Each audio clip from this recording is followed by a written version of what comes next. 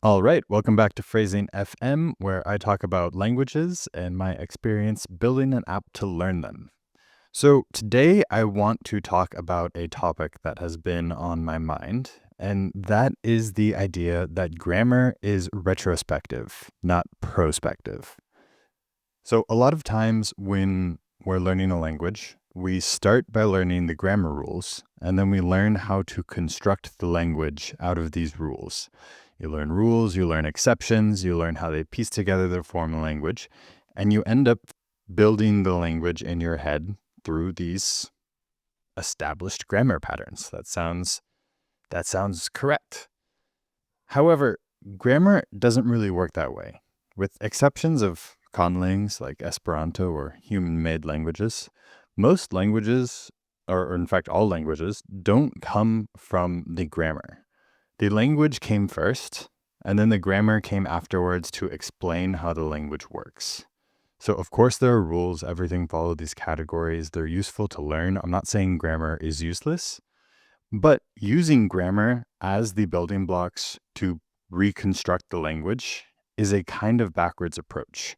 There's a reason there's so many rules and exceptions to grammar, and that's because the grammar boxes, if you will, were drawn after the picture was drawn, after the language was made. We drew these boxes around it, and we said, okay, this is the grammar of the language.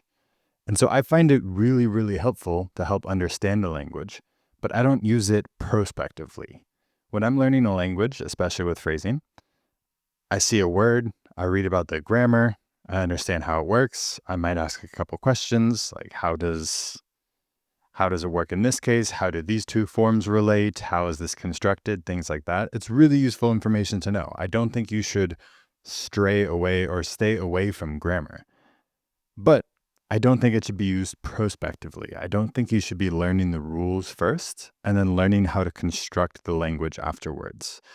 You want to be understanding the grammar and seeing how it fits together and understanding, okay, there are these boxes here. And let your brain use this as a guide for your brain to fill in the language instead of as the building blocks with which to reconstruct it. And this aligns a lot with how native speakers speak their languages because they understand these rules implicitly. No problem. But if you've ever had the experience of learning a foreign language and asking a native speaker why that is, or whether it follows this rule, or if it's an exception, or which classification, most of them just give you this dumbfounded look. Like, I don't know, man. I have no idea. I just speak the language, which should be kind of telling that these are not the essential building blocks of the language. These are not prospective pieces that you have to learn in order to reconstruct the language, and then later you just forget about the fundamentals. But instead, this is just a classification. This is a way to group things together. This is a way to see a bunch of disparate pieces and say, wait a minute, those are all connected. Okay, if we put these in this bucket and these in this bucket, then it makes a whole lot more sense. And so I approach grammar a lot more that way. And I found it to be way less stressful, way easier, and also just get out of the way a lot more. Because when I've learned languages traditionally in the past, it is with this perspective grammar mentality. And you learn all the rules and you learn to reconstruct it and you learn all the classifications and all the conjugations and you do all of this front-loaded prospective grammar work. And then you end up learning a language. And then you realize you don't remember any of that prospective grammar work that you did. It's completely gone from your head. And you can speak the language now. You understand these rules a lot better, but you couldn't sit down and write them like you used to. You couldn't sit down and write these conjugation tables like you used to. You kind of have to think about it, and you say sentences in your head, and you do a little bit of close completion to fill in these blanks. But these rules that you learned ahead of time, they're not really what's guiding the language later. And I don't think it's a matter of you just learn these grammar rules so good and so quickly that you don't have to think about them. They just become automatic. I don't think that's how it goes. I think a lot of times we can use these grammar rules as scaffolding to get our language into place until eventually we don't need them anymore and we abandon them completely and we leave them behind. And I think learning a language with prospective grammar, learning all the grammar rules first, You have to do so much scaffolding and so much building ahead of time that you're just going to abandon later. That if you can get away without building all of the scaffolding, don't waste the mental energy. Don't waste the time building all of the scaffolding. Now, if you like building the scaffolding, I am a grammar nerd, so it can be quite a bit of fun, then sure, go right ahead. I don't think it's going to hinder your language progress. However, I don't think this is a prerequisite for learning a language. And I definitely don't think that this is the correct use of grammar, quote unquote. I don't know. I shouldn't use the word correct when I'm speaking on the internet, but this is not how grammar was designed. This isn't really what grammar does. Grammar is just this observational effect and categorization system that I think when used that way, it is just as effective, if not more effective, than learning it prospectively and learning all the rules and memorizing all these things. And it's a whole lot less time and effort than to build the scaffolding. So that's just this idea I've been kicking around my head, this idea that grammar is retrospective, that it shouldn't be ignored, but it shouldn't be used as the building blocks with which to reconstruct a language. It should just be used as like an expert annotation. So other people have spent a lot of time studying the languages and putting these things into buckets to make it clear and to make rules and to make systems. And so that's really, really great. That's what you're doing in your head every single time you're learning a language. So you don't need to do that from scratch. You can use decades, if not centuries, of experts studying and arguing and debating and classifying and reclassifying. People have done this work. Lean on that work. Use that work. But use that work as a retrospective. This is not things from which the language is built. These are classifications that were applied to a language afterwards. And, of course, languages are always changing. They're always evolving. Rules are always being altered. There are always new exceptions. There are always new rules. There are always new, things are added, things are removed. So grammar is this evolving spectrum. So if you read a book on grammar from 100 years ago, it's not really how people speak today. That grammar is still technically accurate. It was a good classification of what the language was then. And sure, it's probably quote unquote grammatically correct still.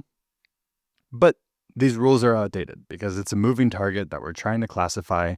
It's not like the grammar changed and then the language changed after that, but the language changed first. The grammar is always this retrospective classification, organizational structure placed around this moving target.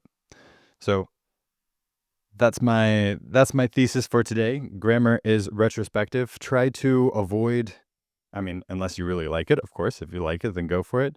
But if you don't like grammar, then don't force yourself to learn it. You can just learn the language and use grammar as this tool to help you understand. And if you're the type of person who's always found grammar really boring, I guarantee you that if you try it in this way, you're not going to find grammar boring. You're just going to find grammar really helpful. So give it a try. If you use phrasing is an application I built to learn languages. It explains every single word in the application. It's got a little bit of grammar for every single word. And this is wildly sufficient to learn a language. So you go through, you learn the words, you're not concerned with the grammar the whole time. But I guarantee you, if you use phrasing or if you learn language using the phrasing method, you're going to notice a pattern.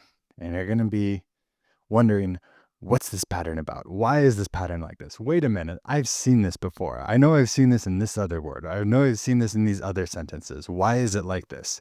And you just scroll down and boom, there's an explanation that's based on grammar. This is why this pattern exists. And it just clicks in your brain. And you're like, oh, okay, I got it. And I guess one other thing to throw in at the end, a lot of the times you don't need to start with this. So an example, a word just came up. That was a word that I learned in Turkish many, many months ago. And I don't remember what the word was at the moment. I don't think it's going to come back to me on the spot. But it had the jek form in the middle of it or at the end of it. And I just learned this word through sheer repetition and exposure and memorizing the sounds. And when it comes up, And then later I saw Jack again in another word, and then I saw Jack again in another word. And I think probably by the fourth time I looked it up and it's like, oh, Jack is the future tense. Got it. That's all I need to know. I've seen this before. This is a phoneme that I recognize, and now I know it's the future tense. And now, this was several months ago that I realized it was the future tense. I just saw this word that I haven't seen in 6 or 9 months that had Jack in it. And I was like, oh, that makes sense because that's the future tense. And all of a sudden, click. Like that word, like the connection between the word that I just memorized and the grammar pattern that it follows and the other words that are in this form, they all just kind of snap together. And I didn't have to sit down and start by learning Jack, this is the future tense. Or the first time I see Jack, okay, this is the future tense in the second person and the locative. So I need to memorize all of these rules all at once. No, I wasn't curious about that at the moment. It was too much information for my brain. I was just trying to remember letters. But eventually, after enough memorizing letters, you start to memorize phonemes, you start to memorize words, and then you start to notice patterns between them.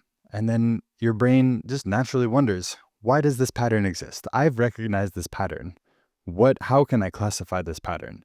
And then that's when I think it's time to turn to grammar. Then you go and you see, this pattern exists and people have described it in detail for 100 years. Why don't I just use that classification system that everybody already knows in order to understand this? And so that comes much later in the process. I mean, sometimes several months after seeing the word.